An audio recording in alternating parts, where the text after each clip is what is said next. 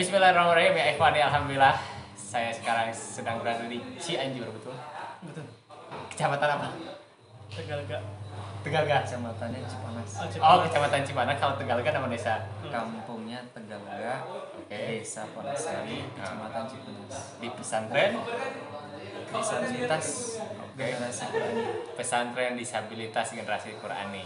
Oke, di sini benernya ada tunanetra penghafal Quran ya. Berarti di sini mayoritas tunanetra ya? Saat ini kami hanya mampu untuk menampung tunanetra dulu. Tapi harapan ke tapi depan, selain tunanetra, ya disabilitas tadi. Disabilitas itu kan teman-teman atau insan yang ada kekurangan apa ya, istilah entah mental kan, entah fisik atau dan sejenis yang lainnya gitu. Itu namanya disabilitas. Oh, iya. Secara umumnya itu difabel. difabel. Oke, perkenalan dulu Anda. Ini tuh Oh ini dulu, soal dulu. dari kanan sunnah dari kanan. Baik, bismillah, ana Fadlur Rahman berasal dari Kuningan. Oke. Udah? Istri, jumlah istri.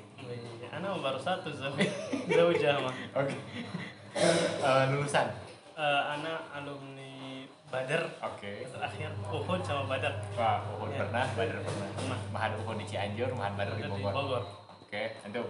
Ana Doni Arsyad yang pernah satu sama Syefa dulu Nah, pernah belajar di Badar juga, di Uhud juga pernah mengabdi. oh gitu. Mengabdi. Ini juga teman kita waktu di Badar, Oke.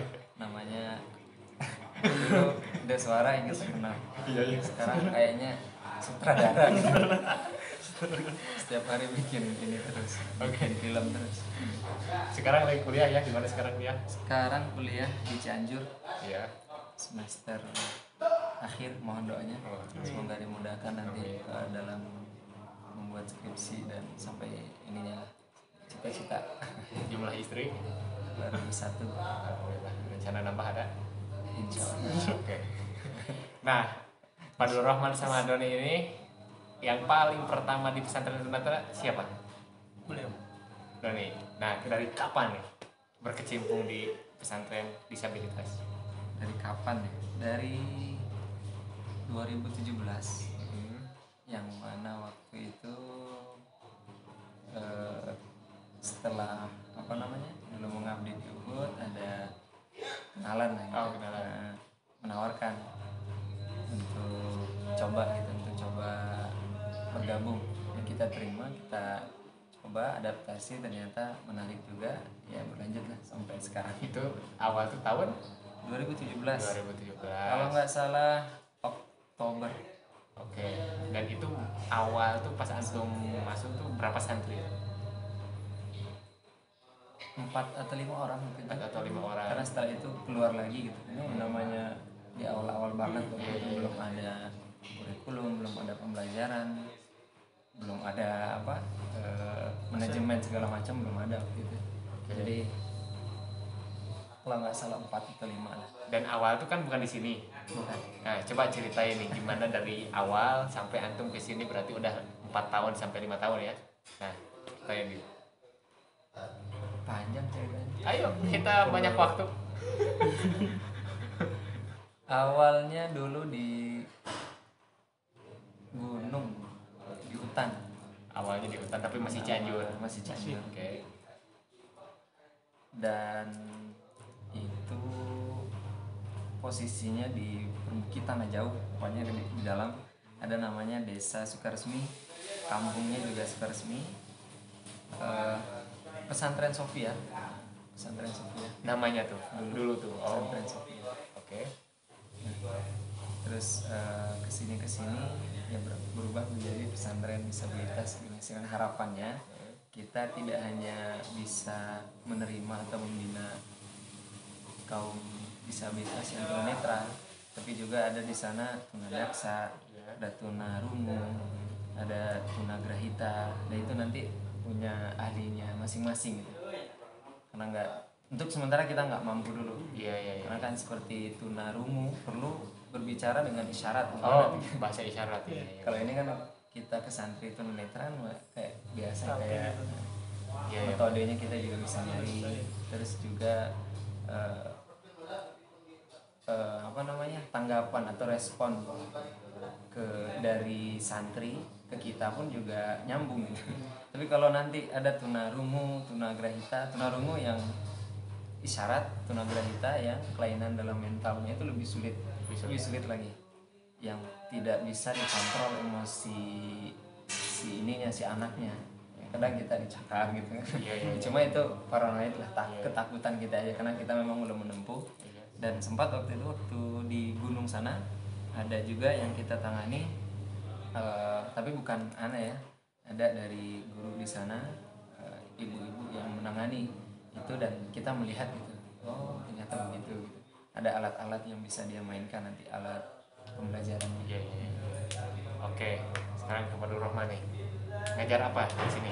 Karena bagian koordinator tahfidz terutama ya, Koordinator ya, tahfidz. karena di sini basicnya Al-Quran tahfidz ya, generasi Qurani, maka anak bagian tahfidz ya, yang sehari-harinya kita belajar menghafal Al-Quran ya, dari pagi, siang, sore gitu mereka menghafalkan Al-Quran. Kalau Fadlur Rahman udah berapa lama di sini? Anak baru 6 bulan kurang lebih. 6 bulan kurang lebih. Nah, halakoh Quran itu satu hari berapa banyak? Satu hari kurang lebih untuk sementara waktu dua kali. 2 kali. Kapan tuh? Ba'da subuh sama ba'da asar kurang lebih. Ba'da subuh sampai jam setengah 7. Sampai setengah 7. Ba'da asar sampai jam setengah 5 atau sampai jam 5. Dan itu setoran dua-duanya atau setoran pagi doang? Kalau pagi setoran hafalan baru, kalau sore untuk persiapan hafalan baru pagi. Apakah antum merasakan perbedaan antum ngajar orang normal biasa non disabilitas, misalnya nerima setoran sama nerima setoran yang disabilitas, apa perbedaannya? Sama saja, akan tapi kalau disabilitas itu kita harus lebih mendampingi gitu kan, talqin terutama ya. Talqin. Kalau misalnya awas kan bisa kita cuman tahsinya aja. Akan tapi kalau misalnya disabilitas kita harus ayat-ayatnya harus meniru apa yang kita ucapkan gitu. Kalau misalnya dan sebagian dari mereka juga ada pakai MP3 gitu. MP3. Pada pegang semua atau sebagian? Semuanya pada pegang. Jadi mereka mendengarkan apa. Selain tahfidz, ngajar juga? Mengajar bahasa Arab. Oke, gimana tuh ngajar bahasa Arab? Sama, ngajar bahasa Arab juga seperti talqin aja. Anak dulu, baru mereka ngikutin gitu. Karena mereka tidak melihat dan tidak ada Quran tidak bahasa ada kitab Arab. bahasa Arab Braille. Enggak ada. Yang ada cuma Al-Quran. Belum ada. Buku panduan atau kurikulum buku Braille yang bahasa Arab belum ada. Jadi yang hanya ada cuma Al-Quran baru, Al-Quran Braille. Oh, jadi kaifahalukum, mereka bilang kaifahalukum. Iya. Ana bi khair gitu. Iya. Oh gitu. Seperti di Badar aja kayak gitu. Sama aja kan? Sampai ke tadribatnya juga dihafalkan. Iya, tadribatnya juga. Oh iya. Kita ngasih. Tadinya kan nggak kebayang tuh ada bagaimana poin-poin yang harus disambung-sambung, kan yang kita nulis-nulis itu. Nanti ini lawannya apa? Kitabnya baik-baik. Carinya kita baik-baik. Nah itu kita dituntut terus bisa gitu. Alhamdulillah bisa ya menyesuaikan dengan para disabilitas dan netra. Dan keunggulannya mereka cepat hafal, lama lupa. Iya. Beda. Betul. Beda karena cepat hafalnya bukan juga lambat ngafalnya, cepat lupa. Cepat lupanya. Kenapa mereka cepat ngapal dan lambat lupa? Karena mata mereka tidak bermaksiat. Ya. Iya. Kalau kita matanya banyak bermaksiat, jadi gampang lupa. Kalau antum ngajar apa? Di sini kan mereka bersekolah, yang ada usia produktif sekolah, dia masuk ke jenjang sekolahnya masing-masing. Ada yang SD, ada yang SMP, ada yang SMA. Loh, kok bisa SD, SMP, SMA dalam satu sekolah di sini gitu? Itulah uniknya SLB. Yang namanya juga sekolah luar biasa gitu. Nah, di situ ada kurikulum dinas yang kita gunakan. Ya gimana nanti kan kita menggunakan nama apa? Nanti mereka akan memperoleh ijazah negara gitu. Ijazah negara. Gimana kita memberikan ijazah negara sementara di sini nggak ada pembayaran kan? Aneh juga gitu. Betul. Paling tidak mengenali dasar-dasar, tapi bukan sebagai tujuan. Yang tujuan kita ya materi-materi di pesantren gitu. salah satu yang ininya yang paling yang unggul kita kan hafalan Qurannya. Nah di sini Mana juga terlibat mengajari PAI di sini. Kebetulan di kampus juga PAI. Terus di pesantrenan ngajar hadis sama.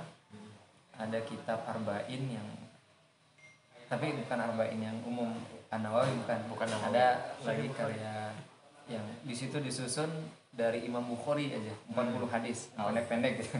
Sanadnya itu aja terus. Itu Ana coba hadis untuk Arba'in semester yang ini satu sanad. Satu sanad. Satu sanad. Jadi memang hadis Arba'in itu banyak ya. Hadis Arba'in banyak. Ada yang Imam Muslim aja di situ. Nah itu lagi proses itu sekarang, proses menghafalkan hampir setengahnya udah pada hafal. Masya Allah. Besok kalau penasaran cobain aja. Nah, tunggu besok. Jadi antum baca hadis mereka ikutin gitu ya, baca hadis ikutin. Selain hadis juga mengajarkan fikih. Yang fikih yang ngajarin di sini fikih muasat. Karena itu lebih simpel untuk diinikan gitu. Gitu. Jadi memang mereka hanya menggunakan pendengaran saja. Pendengaran. Gitu. Metode ceramah kalau kita ada metode pembelajaran salah satunya metode ceramah gitu. Cuma kita nggak hanya terpaku di metode ceramah kan, kaku juga nanti bosan juga gitu. Kita diceramahin terus ini sama ustaznya setiap ketemu ceramah.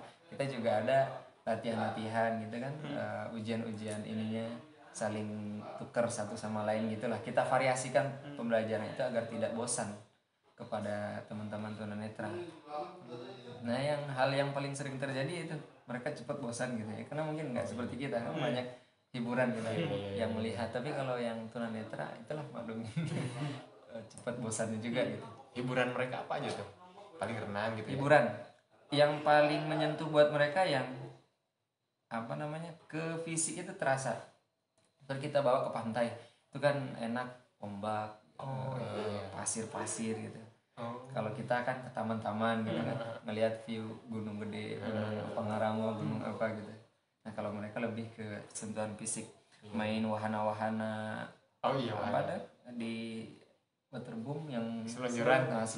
Itu seru buat pengalaman yang jarang gitu dirasakan. Dan ini santrinya gratis semua nih. Gratis semuanya. Kok bisa gratis gitu?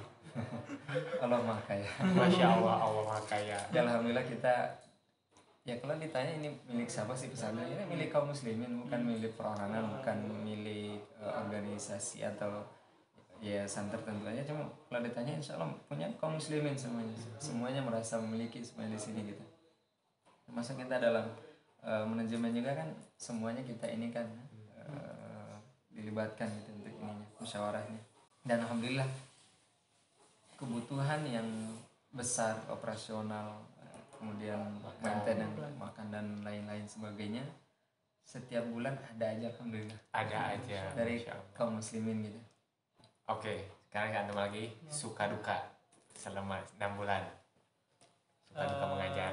Kalau sukanya insya Allah lebih banyak sukanya daripada dukanya gitu. Salah satunya kita ketika melihat mereka itu kita harus lebih bersyukur lagi terutama gitu ya. Dan kita harus lebih banyak berkhidmat lagi sama santri-santri ini ya. Karena tidak sebagian banyak manusia itu kan rasa pedulinya gitu kan nggak semuanya kan. Karena di sini juga karena kita itu intinya mah berkhidmat sama santri. Masya Allah. Kalau untuk dukanya mungkin nggak ada. Hampir nggak ada. Alhamdulillah hampir nggak ada. Masya Allah. Dijalani saja terus. Jalani aja insya Allah. Antum makanya suka duka panjang kalau ya alhamdulillah ada aja, cuma itu dinikmati dan dijadikan pengalaman. Apa kata Jack Ma itu umur 30 ke bawah ya cari pengalaman gitu ya. 30 ke atas sendiri kan gitu. Sendiri. Terus nanti setelah itu ajarkan ke orang lain gitu. Ya waktu banyak suka citanya dukanya ya itu pertama untuk pengalaman diri pribadi dan juga istilahnya membuat diri ini lebih kuat lah. Banyak yang sudah dilewati kan otomatis ini juga gitu kan ke kita juga ini baliknya nanti gitu apa yang sudah kita alami ya. Kayak contoh waktu kita masih di sana di perkampungan pedalaman sekali gitu. Jadi jauh dari kota kalau itu ya? Jauh banget dari kota. Kekurangan air tuh sama gitu. teman-teman sahabat gitu ya. Terus apa, tayamum atau gimana, atau ada aja buat Nyari wudhu aja. aja gitu? Awalnya kita ke selokan-selokan tuh, di bawah ada selokan-selokan, terus ada juga sumur-sumur warga, bukan sumur warga, masjid warga, tapi di situ ada air gitu. Waktu itu musim ngurat, tapi di warga masih ada. Cuma ke warganya itu nggak deket juga, apalagi buat teman-teman tunanetra. Jauh banget ke bawah. Udah. Ya akhirnya karena nggak cukup mandi di tempat itu, teman-teman kita dibawa ke selokan jauh lagi dari yang dari itu secara ini, nanti pulangnya nenteng air bareng-bareng sama teman-teman untuk dipakai untuk malam hajat kan, namanya malam nggak tahu tuh. Dan memenuhi kebutuhan pesantren pulang pergi dengan kondisi jalan yang Lumayan ekstrim. banget. Ini pernah sekali ke sana. Ekstrim. Bukan aspal, itu batu-batu Oke, loh. jadi itu salah satu dukanya ya. Jadi kalau sekarang nih jumlah santri berapa sekarang? 15 yang hafalan tertinggi ada 15 saat ini. Ini yang lebih hafal nih. Ya kurang lebih 15. Ada yang 17 tapi itu santri awas. Oh, santri apa? Pendamping. Iya, santri pendamping. Oh, jadi ada santri pendamping juga ya? Iya, Yang memang dia nggak disabilitas dia? bukan. Oh iya. Biasanya keluarganya atau gimana? Apanya? Enggak. Oh enggak. Jadi gimana tuh santri awas? Santri Pokoknya awas. siapa aja yang mau nyantri? Tapi itu pun santri awasnya dibatasi ya, dibatasi. Oh, ya, Jadi dibatasi. kita 80% disabilitas, ada 2% 20%. yang biasa. Oh. Kita sebutnya awas. Awas. Di luar disabilitas itu disebutnya awas. Untuk nanti memudahkan anak-anak atau santri-santri yang tunanetra dalam mobilitas. Ya, Mobilitas itu ke sana kemari ya. mengantarkan mencuci, nanti hilang bajunya, pindah terbang ke angin, sendalnya dibawa temannya atau terus barang-barang di kamar, ngantar ke sana sini ke pasar. Nah itu ada yang santri biasa gitu yang membantu, dan itu kita buka 20% aja. Dia juga ngikut pembelajaran Ngikut seperti pembelajaran. santri juga, dituntut Ngapal, juga ikut ngapal. ikut ngapal, Belajar ikut ikut. setoran, hanya dalam membantu aja. Kayak tadi kan, tunanetra ini sensitif banget dengan barang-barang. Oh, Salah satu contoh sabun ya, di kamar mandi. sabun. Si Fulan naruh di sini gitu kan. Datang Fulan satu lagi. Nanti ngapain di sini nih? Set. Nah, itu dia bisa nyari satu villa itu. Karena gimana gelap ya, betul. ya coba antum ditutup matanya. Antum punya ini nih, contoh ada barang nih. Nah pindahin aja ke sini kan nggak tahu tuh. Pasti antum cari tuh keliling. Ini di mana nih sampai ketemu. Nah, kasihannya di situ. Iya, Jadi berarti kalau itu ada ya. yang awas, yang biasa tinggal lo minta Ditunjukin. tolong gimana? Oh itu ada, itu kan membantu. Dan Masya Allah. juga supaya santri-santri tunanetra juga nggak apa istilahnya nggak bosan gitulah gitu ya. Jadi kalau pengen kemana ada yang nganter gitu.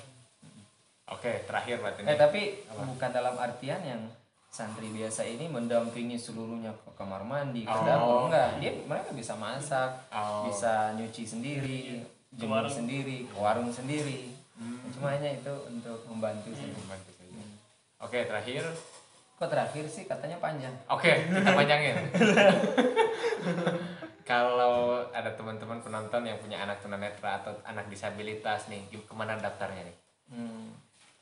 Ya untuk bapak kaum muslimin yang punya mungkin saudara, tetangga atau anak yang ingin menjadi hafid Quran di sini, insya Allah di sini tempatnya sama Ustadz Fadlu, muhafid di sini, dan seluruh fasilitas gratis dari kasur, dari lemari, dari ember, dari MP3 belajarnya, alat tulisnya, bukunya, apapun yang menyangkut kebutuhan belajar kita gratiskan. Bahkan ketika ada rezeki gitu ya, kita berikan uang jajan untuk memenuhi kebutuhan mereka, beli sabunnya, beli seblaknya atau seblak.